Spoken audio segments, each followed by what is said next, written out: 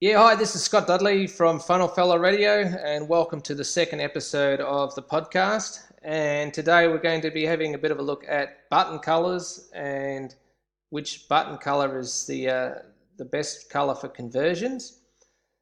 So let's start off by saying that when designing forms, one of the decisions you need to make is what color you're going to use for the submit button. And the thing that trips most people up is how do you actually know what color is going to convert best? And the funny thing here that makes me laugh is everyone seems to have their own opinion. Some gurus will say that green is the best color because green means go. Other experts say that orange converts best, while you've got other people that say that red is the best color for conversions because it has energy. So, with that in mind, let's have a look at a few case studies and see what the results were. So, the first one is from Russell Brunson's book, 108 Split Tests, which is an excellent book that if you haven't got yet, you should definitely get your hands on. So, what he did, as you can see here, I've taken a screenshot, this is a physical book, is he's tested a red versus a green button. Now, these are probably the two most common colors for buttons. Blue and orange would probably be pretty common as well, but I reckon green and red, in my opinion, would be the two most common. But anyway, in this study, a guy called Dan McGrady from dmix.ca did a simple test where they changed the colour of their sign up button from green to red. The test was simple, and the shift from green to red increased conversions by a whopping 34%, which is pretty big. And then on top of that, getting into a bit of a different subject, he also tested changing the button text from sign up for free to get started now. And the increase in conversions there was only about 7%, but it did show the people that favoured getting started now, probably because it was an easier sounding commitment than signing up for free, which makes sense. But as far as button text goes, I'll get more into that in a future episode. I'm more interested in the colors at the moment. So in this particular case, the red button won. And I'm going to open up a blog post from CXL, which is Pep Larger's website. Sorry if I pronounced that incorrectly. And if we have a look at some of the tests on this page,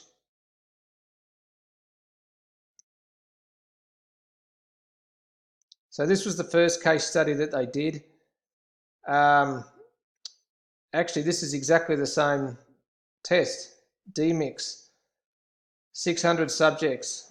Okay, well, we didn't have that information on the other page. I actually had no idea that these were the same tests either until actually doing this podcast. But anyway, that's the one where the red button beat the green button by 34% out of 600 subjects.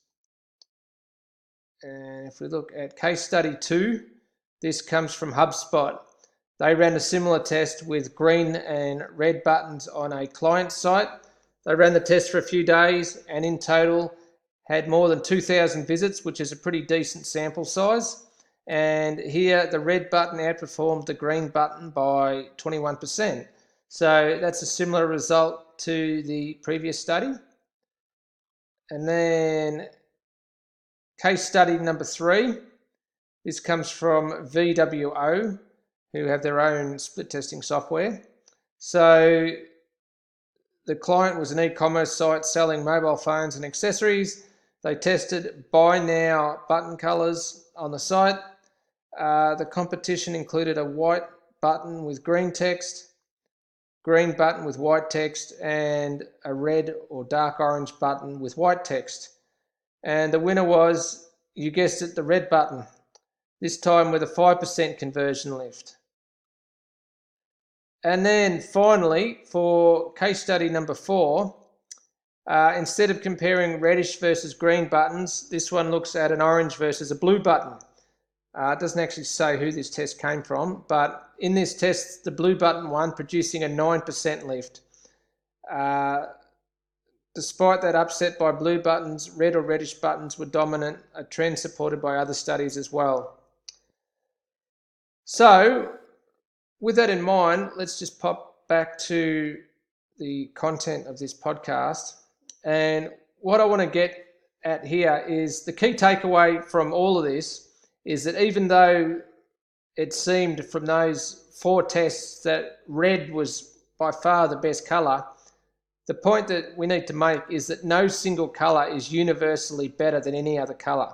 And ultimately what really matters is how much a button colour contrasts with the area around it. And this is where I see people making mistakes all the time, where, say for example, if their brand colours are blue and white, then they'll have a blue button, and the blue button will be exactly the same colour as their logo and other images on the page.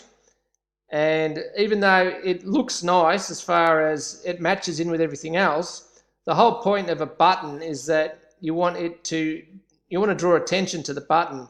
And if it's the same color as everything else, then it doesn't stand out. And that is why you want the button to be a contrasting color to the rest of the page. So for example, in my particular case, my brand colors are black and red with a bit of white or white background. And I use green buttons because green stands out from the black, the red and the white. So the thing to take from this is that you can't say that one particular color is universally the best color for every single situation. It really depends on the situation. And like I've said here, just because somebody has tested a particular color to work best for them, it really doesn't mean that color is best for you either. And that is why you need to test, and keep on testing to see what works best for you.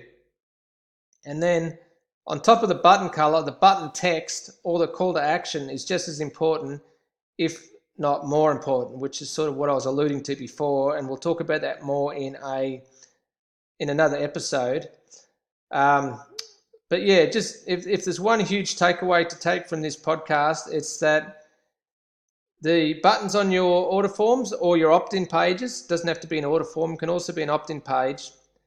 You want to make sure that you're using colors that are contrasting to the rest of the page. So say for example, if your colors are green and yellow, then a red button color would be perfect because for the eyes, it's going to stand out and it will significantly improve your conversion rates because more people will be clicking on it. Okay, so that sort of kills the myth that one particular color is better than the other. And just to reinforce it even more, just because the 3 tests that I showed you, the red button outperformed the green button, that doesn't mean that green is a bad color to use for your buttons. It just means that for that particular target audience and the branding and layout of the page, that particular color button performs better. So anyway, I hope that helped. That's the end of episode number 2. Have a great week, and I'll catch up with you soon on episode number 3. Bye for now.